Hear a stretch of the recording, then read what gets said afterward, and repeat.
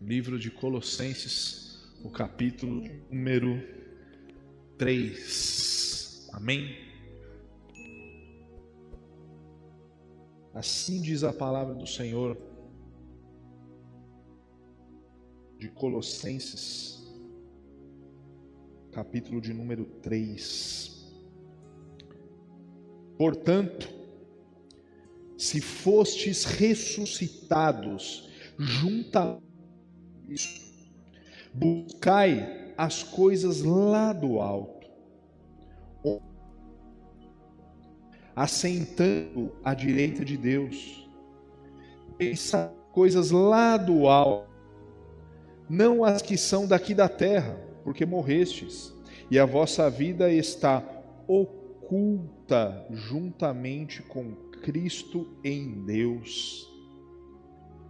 Quando Cristo, que é a nossa vida, se manifestar, então vós também sereis manifesto com Ele em glória. Fazei, pois, morrer a vossa natureza terrena, prostituição, impureza, paixão lascívia, desejo maligno e avareza, que é a idolatria. Porque estas coisas é que vem a ira de Deus sobre os filhos da desobediência. Ora, nessas mesmas coisas andastes vós também no outro tempo, quando viveis nelas. Agora, porém, despojai-vos igualmente de tudo isso: ira, indignação, maldade, maledicência, linguagens obscenas do vosso falar. Não mintais uns aos outros, uma vez que vós despistes do velho homem como seus feitos, e vos revestis de novo homem, que se refaz para o pleno conhecimento, segundo a imagem daquele que o criou, no qual não pode haver grego nem judeu, circuncisão nem incircunciso, bárbaro, cita, escravo, porém Cristo é tudo em todos. Revesti-vos, pois, como eleitos de Deus, santos, amados, de ternos afetos de misericórdia, de bondade, de humildade, de mansidão, de longanimidade. Suportai-vos uns aos outros, perdoai-vos mutuamente, caso alguém tenha motivo de queixa contra outrem. Assim como o Senhor vos perdoou, assim também perdoai-vos. Acima de tudo, isto, porém, esteja o amor, que é o vínculo da perfeição. Seja a paz de Cristo o árbitro de vosso coração, ao qual também fostes chamados em um só corpo, e sedes engrandecidos.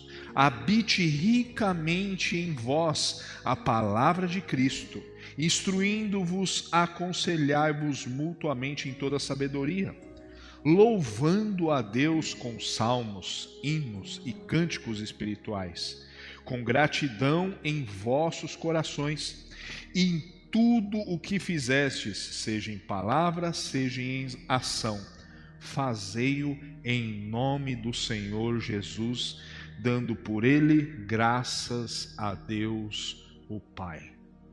Só até aqui. Soberano Deus, eterno Pai, muito obrigado, Senhor Jesus, por esse momento maravilhoso no qual nós estamos aqui, para ouvir a Tua palavra, que Teu Espírito Santo possa vir falar em nossos corações, Deus, mudar algo que está errado, e que o Senhor possa vir nos abençoar grandemente e poderosamente. Que a gente possa vir estar escondido em Cristo, guardado em Cristo, mortificado a nossa carne com essa união e renovação em Cristo, para que a gente possa vir, Senhor, a dar o nosso melhor, e apesar de nós, Senhor, que a Sua graça seja abundante na nossa vida e que seja derramada na vida de toda a igreja. É isso que eu te peço e desde já te agradeço pelo perdão dos nossos pecados. Amém. Irmãos, Esse texto do livro de Colossenses é um texto extremamente prático, principalmente no capítulo de número 3. O capítulo de número 3 é um capítulo onde ele coloca a prática de tudo aquilo que foi ensinado. Nós olhamos o contexto da igreja de Colossos, ela estava localizada na região da Frígia, na Ásia Menor. Embora tivesse sido importante em séculos anteriores, no primeiro século já não possuía o mesmo prestígio comercial de cidades vizinhas, como a cidade de Laodiceia, como a cidade de Herápolis, que eram cidades vizinhas lá de Colossos. Ainda assim era um centro cultural de muito pluralismo, influenciado pelo misticismo da parte oriental e especulações filosóficas diversas, principalmente de cunho helenista e com uma tendência judaizante muito grande. Ou seja, a igreja de Colossos sofria com tudo isso, com a filosofia pesada, com o judaísmo presente querendo entrar dentro do cristianismo e por outras influências místicas e pagãs, essa igreja lá em Colossos ela sofria. A igreja ela foi fundada por Epáfras, como a gente vê no capítulo 1, no versículo 7. Epáfras foi cooperador do apóstolo Paulo. E ele escreve essa carta durante a sua prisão lá em Roma, quando Paulo esteve preso lá em Roma, de 60, provavelmente 62, depois de Cristo.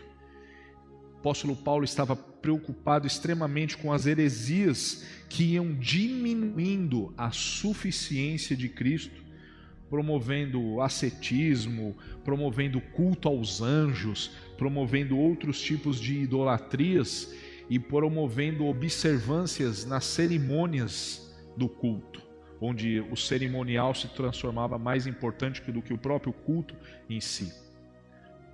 Quando nós vemos o capítulo 1 e o capítulo 2 do livro de Colossenses, eles estabelecem a supremacia da obra de Cristo e a sua suficiência.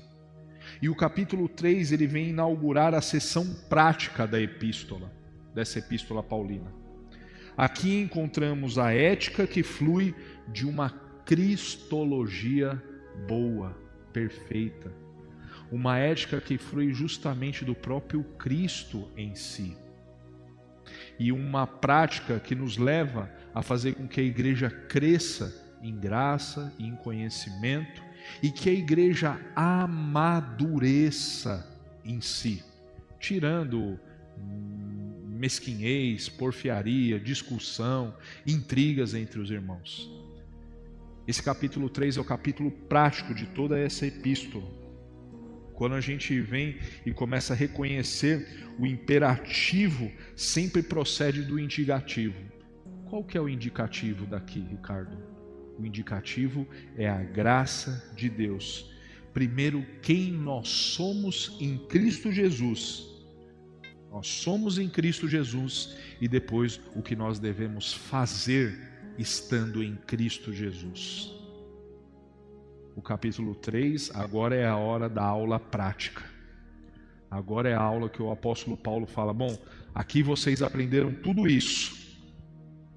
E agora vocês vão colocar em prática aquilo que vocês aprenderam. Esse capítulo começa assim, do 1 ao 4. Buscai as coisas que vêm do alto. A base da nossa santificação. A união com Cristo Jesus. Buscai as coisas que vêm do alto.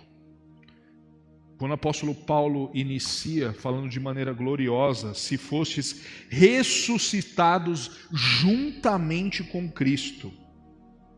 Quando nós olhamos aqui o verbo, irmãos, segundo a teologia, esse verbo está no auristo. Ele aponta para um evento que foi consumado. Vocês foram já santificados em Cristo Jesus. Vocês foram santificados em Cristo Jesus. O que ele está falando? Que a nossa união com Cristo ela é a unidade central e uma realidade da nossa salvação. Unidos com Cristo, ressuscitados juntamente com Ele. Quando a gente olha dessa maneira, a gente começa a pensar assim: poxa, eu morri para o mundo e eu fui revivificado em Cristo Jesus. Então, se eu morri para o mundo, eu devo abandonar todas essas coisas que são da onde? Do mundo. Deus te trouxe à vida, você estando morto espiritualmente. Quando a gente olha como a gente andava antigamente, a gente pode ver que realmente o morto, ele não fala. Quando o apóstolo Paulo fala no morto espiritualmente, o que ele está querendo dizer? Ele está querendo dizer, quando você vai lá num caixão e você fala morto, tudo bem? Ele responde? Não. Quando você estava no mundo e você ouvia coisas sobre Deus, tudo, e você não respondia a mensagem do Evangelho, é porque justamente você estava morto espiritualmente. E aqui você é ressuscitado em Cristo Jesus. Você é acordado, despertado. E agora sim, para viver uma vida diferente da vida no qual você vivia. Deus não desperta ninguém sem um propósito. Todos aqueles a quem Deus escolheu antes da fundação do mundo, que são despertados no tempo certo, são para um propósito divino. Ninguém está na presença de Deus sem nenhum propósito. Não existe isso. Por isso que quando o apóstolo Paulo começa a colocar a prática, ele está falando, já que vocês morreram para o mundo, vocês têm que buscar as coisas que vêm do alto. Quantos de nós estamos às vezes preocupados em demasia com coisas aqui dessa terra, esquecendo das coisas lá do céu? Quantos de nós às vezes estamos mais preocupados em cumprir uma agenda aqui terrena do que cumprir uma agenda do céu? Aonde você tem buscado?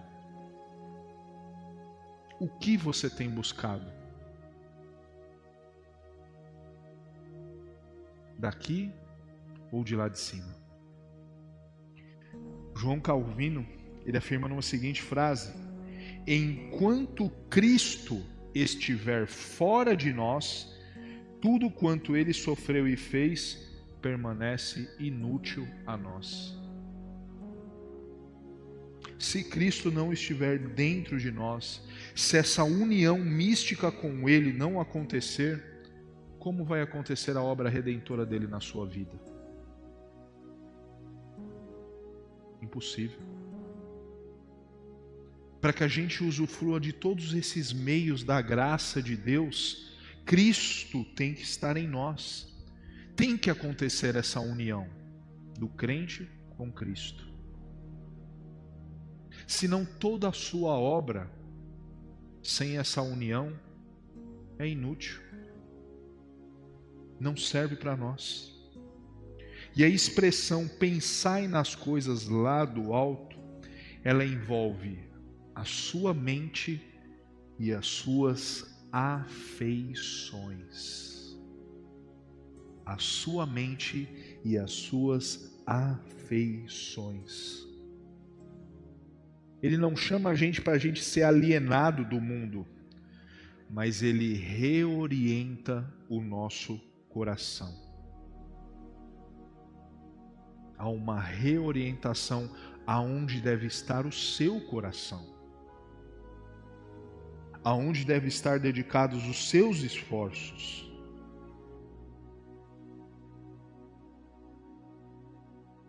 Aonde deve estar dedicado tudo aquilo que você faz. por isso que ele usa a expressão: pensai nas coisas de lá do alto.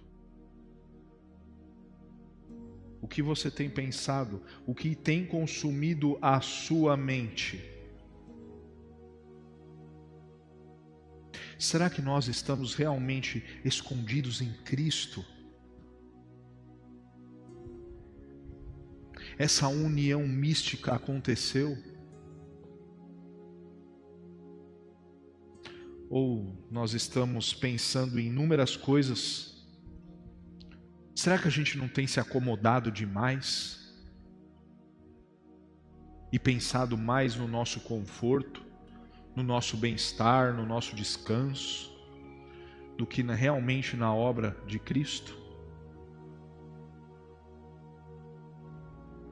Nós precisamos pensar nisso. Primeiro ponto: buscar as coisas de lá do alto. Isso também envolve, irmãos, um processo que começa com um processo de santificação. Quando acontece a união do crente com Cristo, essa união caminha para uma santificação. A santificação é a consequência orgânica da união com Cristo. Não é um moralismo, mas é a participação real na nova vida do segundo Adão. Quem é o segundo Adão? É Cristo. A participação real de tudo isso. E quando nós vemos um termo muito interessante na exegese que fala escondido, indica segurança permanente em Cristo. Você repousa na obra consumada de Cristo na cruz. Nós descansamos na obra redentora de Cristo. Não é pelos nossos esforços, mas sim por aquilo que Cristo fez. O segundo ponto: mortificai os vossos membros. E aqui começa, inclusive foi até um tema da nossa aula aqui, a guerra contra o pecado. Irmãos, a batalha contra o pecado não vai ser uma batalha fácil. A batalha contra o pecado vai ser algo duro. Quando eu vejo John Piper falando para nós crentes declararmos guerra contra o pecado, é no sentido da gente não se conformar da nossa maneira e do nosso estado de ser. E declarar guerra contra o nosso próprio jeito, declarar guerra contra o nosso próprio ego, declarar guerra de nós aceitarmos como somos e tentarmos melhorar, declarar guerra contra os pecados mais ocultos e íntimos que nós temos e vergonha de revelá-los aos outros ou aos irmãos. Nós temos que declarar guerra a isso. Hoje em dia, quando se fala em santificação em algumas igrejas, isso parece ser até proibido em falar. Hoje em dia os jovens querem estar nas igrejas, mas eles querem fazer tudo. As pessoas querem estar nas igrejas querendo fazer qualquer coisa e levar uma vida cristã sem no mínimo um ponto de renúncia. As pessoas querem viver a vida do jeito que elas querem e não como Deus quer que elas vivam. E esse é o grande problema. E você vê crentes viciados em pornografia, crentes viciados em jogos, tigrinhos, roletas e por aí vai. Crentes cada vez mais afundados nesses pecados, porque eles não querem um compromisso com santificação. Santificação é algo árduo, irmão. É algo que é declarado uma guerra, onde a sua vontade da carne quer sempre se sobressair da vontade do Espírito de Deus que habita em vocês. E nós vemos isso claramente em inúmeras vidas, com inúmeras dificuldades. As pessoas não querem se negar, não querem se arrepender, não querem confessar. E elas vão mergulhando cada vez mais, mais e mais, e mais no pecado. O apóstolo Paulo dá a seguinte ordem: fazer morrer.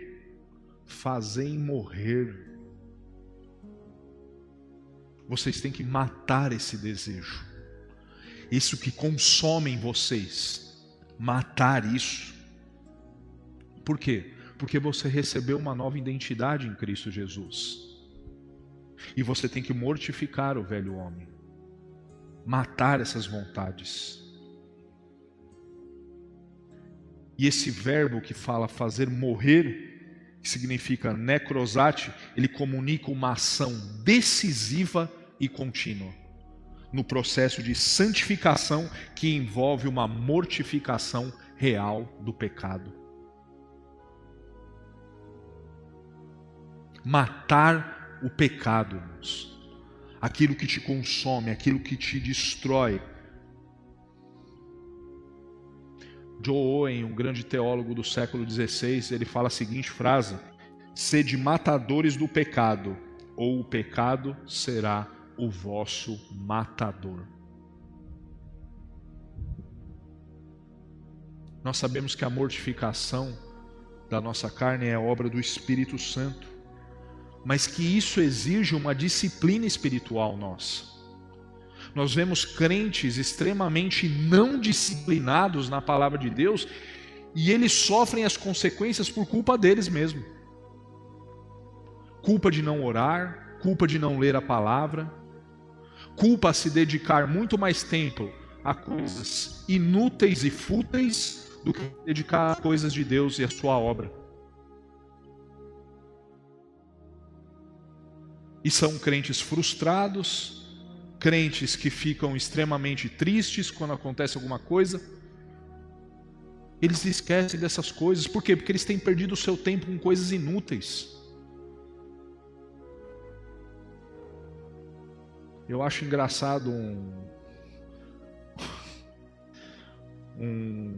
uma frase que um outro pastor conhecido fala: são crentes que é pseudo-cristãos. Parecem crentes, mas não são. E isso é extremamente perigoso para a igreja, irmãos.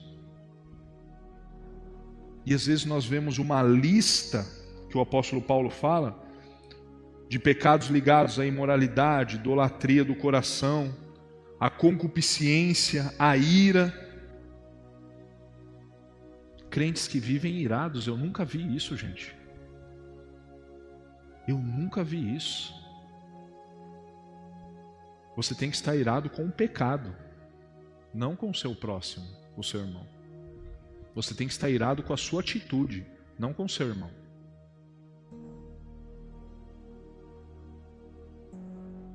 E essa mortificação, irmãos, é custosa. É dolorida, é difícil.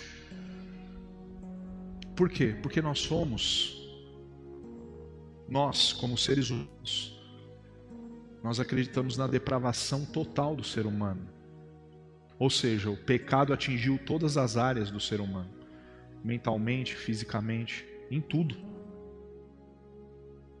E se nós não declararmos essa guerra, essa mortificação do nosso pecado, irmãos, vai chegar uma hora que esse pecado vai vencer.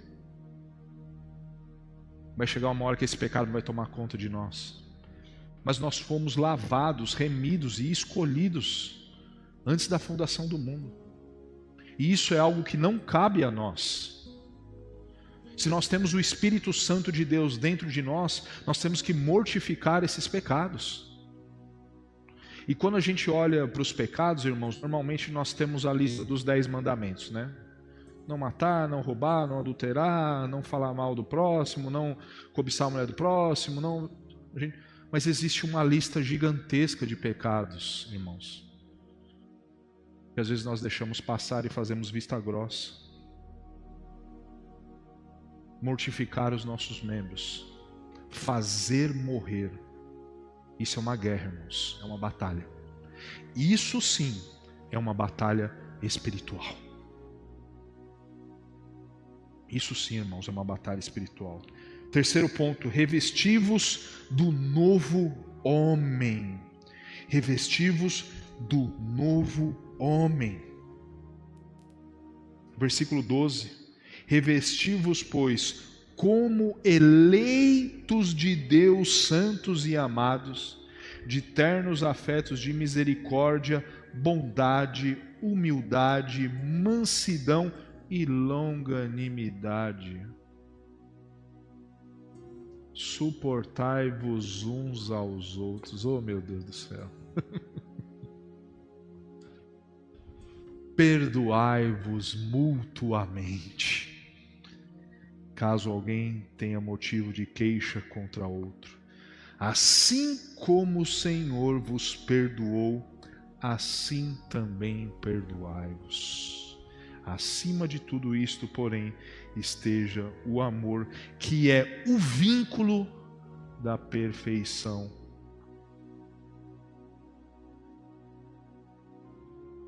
Quando nós olhamos isso, irmãos, despir-se, vestir-se do novo homem, Paulo, ele usa uma linguagem de aliança, e ele já começa falando isso como eleitos de Deus. O que ele está falando aqui? Revestir-vos, pois, como eleitos de Deus. Então, vocês têm que estar revestidos porque vocês são escolhidos de Deus. Vocês foram escolhidos. Essa ética que nós temos, cristã, ela nasce da eleição graciosa de Deus. Desrevestivos do outro homem.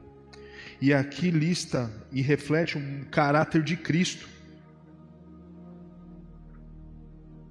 Matthew Henry, um teólogo que os assembleianos gostam bastante, ele fala uma seguinte frase: que o cristão deve portar as marcas do seu Salvador. Você tem refletido se realmente você tem essas marcas de Jesus Cristo em você? Se você realmente nasceu de novo ou se você é um crente por acaso? Um crente que simplesmente gosta de estar no ambiente da igreja porque lá você conversa, bate um papo, vocês têm amigos lá? Será que é isso? Será que é isso? Portar as marcas do Salvador. E aqui ele começa. Longanimidade, bondade, humildade, mansidão. Nós temos essa marca do Salvador em nós. Nós temos agido de maneira explosiva, sem paciência. É difícil, irmãos. Quando nós olhamos para nós, a gente, pelo menos eu, me vejo como um pecador miserável que precisa muito da graça de Deus. E que se não é essa graça maravilhosa e o poder do Espírito Santo para me santificar, eu não seria absolutamente nada. Um Zé Ninguém.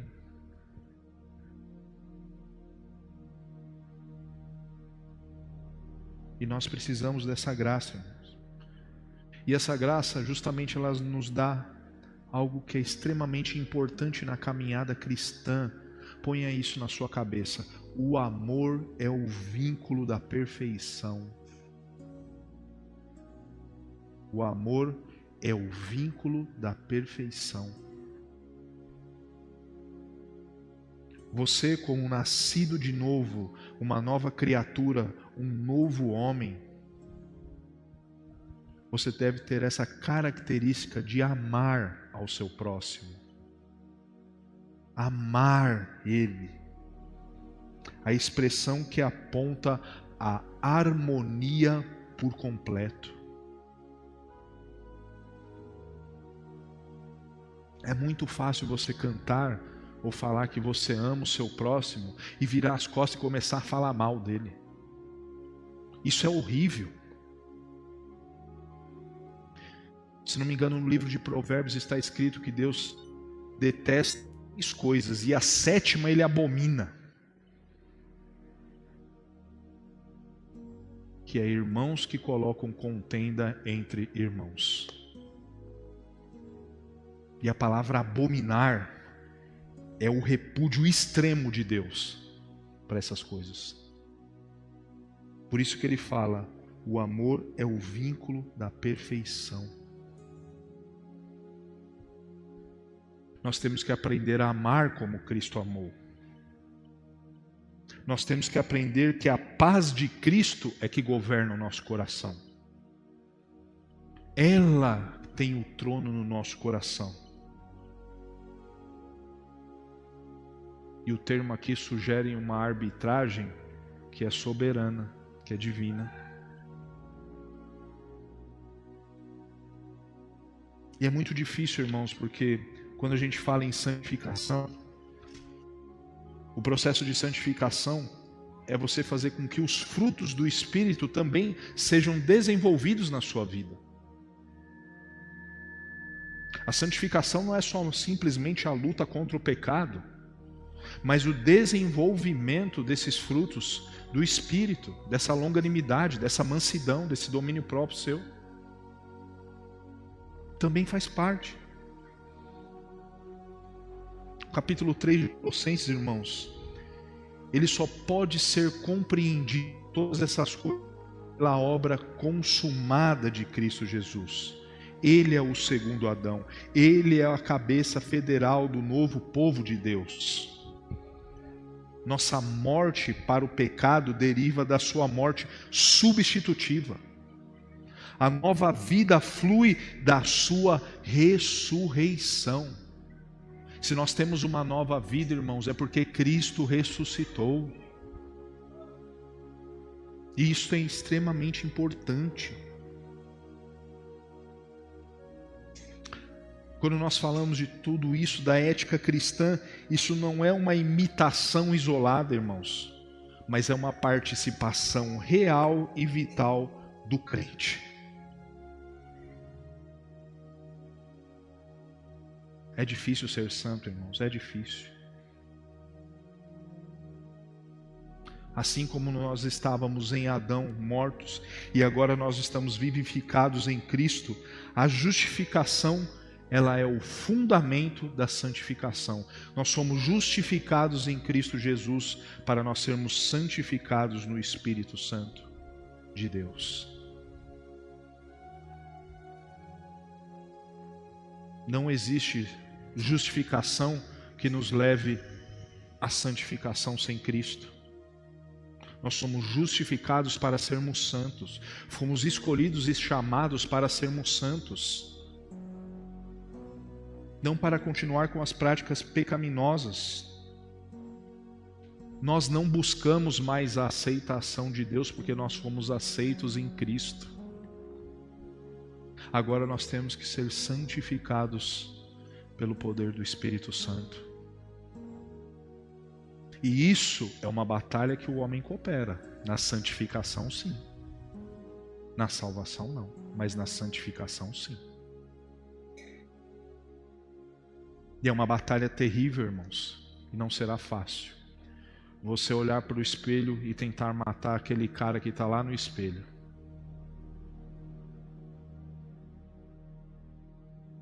Aquele pecador, aquele cara que gosta das coisas erradas, do jeitinho, é difícil, ou não é fácil, porque senão aquele cara que está lá no espelho vai querer te matar. É uma batalha travada, irmãos. Afeições e mente. Às vezes daquilo que nós gostamos, ou daquilo que nós temos tendência a ver. Nós olhamos, nós vivemos uma cultura que ela é dada pelo relativismo moral, pela sensualidade normalizada, pela superficialidade espiritual, onde, quando falamos em santificação, isso chega até a ofender algumas pessoas e, pasmem, chega a ofender até alguns crentes que não aceitam mais essa palavra de santificação. Sem santificação, irmãos, ninguém verá a Deus. As pessoas vivem numa superficialidade espiritual tremenda e acham que está tudo bem. Acha que está tudo bem. Quando nós olhamos para esse capítulo 3 de Colossenses, isso chama a gente a ter uma espiritualidade mais robusta, mais forte, mais centrada com essa união de Cristo Jesus que nós tivemos. Esse capítulo 3 é para despertar a gente para as coisas que vêm do alto, não das coisas que estão aqui na terra, irmãos. A gente deve se perguntar: nossos pensamentos estão orientados aonde? Nas coisas do alto ou nas coisas terrenas? Estamos mortificando os nossos pecados secretos? Ou nós temos alimentado esses pecados secretos, onde só o Senhor vê você?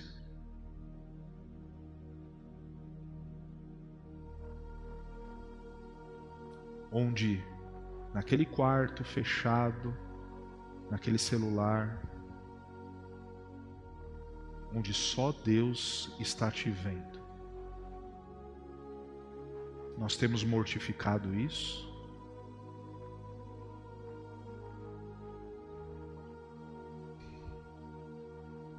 A santificação é uma palavra que habita ricamente o nosso lar, a nossa igreja, a nossa maneira de viver.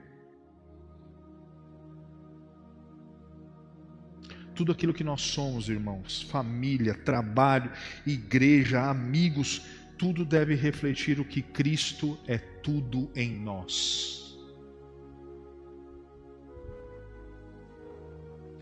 Tudo, irmãos, tudo na nossa vida deve refletir Cristo, deve ter o perfume de Cristo.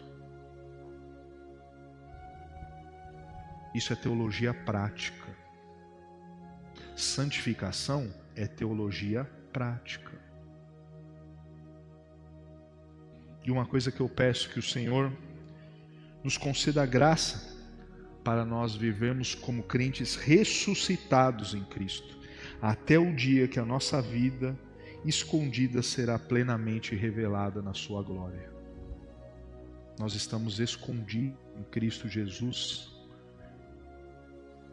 e livrados da sua ira eterna. Mas a Bíblia fala que tudo que está em oculto, um dia será revelado. Como nós temos vivido, irmãos? Nós temos se preocupado realmente com a santificação? Ou nós temos vivido uma vida onde essa palavra não cabe mais? A igreja de Jesus Cristo, ela precisa ser santa.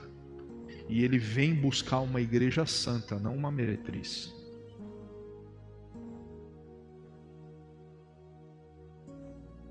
E nesse processo de santificação, irmãos, a nossa batalha é grande. Por isso que nós temos que orar a Deus, pedir graça e misericórdia, para que a gente possa vencer os pecados mais difíceis da nossa vida. E quanto mais perto nós estivermos da luz e da graça de Deus, mais o Senhor vai revelar os nossos defeitos. Aquilo que nós nem achávamos que era um defeito, mas que a sua graça vai começar a revelar. E nós vamos ser cada vez mais transformados, mais santificados e mais purificados. Que Deus nos ajude nessa terrível guerra e batalha.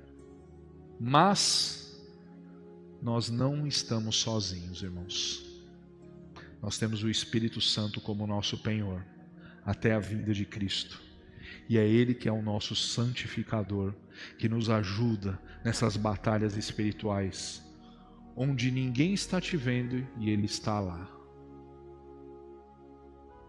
então nós conseguimos, pela graça de Deus, com essa ajuda poderosa de Cristo, da sua obra consumadora, e com o poder do Espírito Santo, vencermos o pecado. Amém? Então, existe esperança para um pecador. Amém?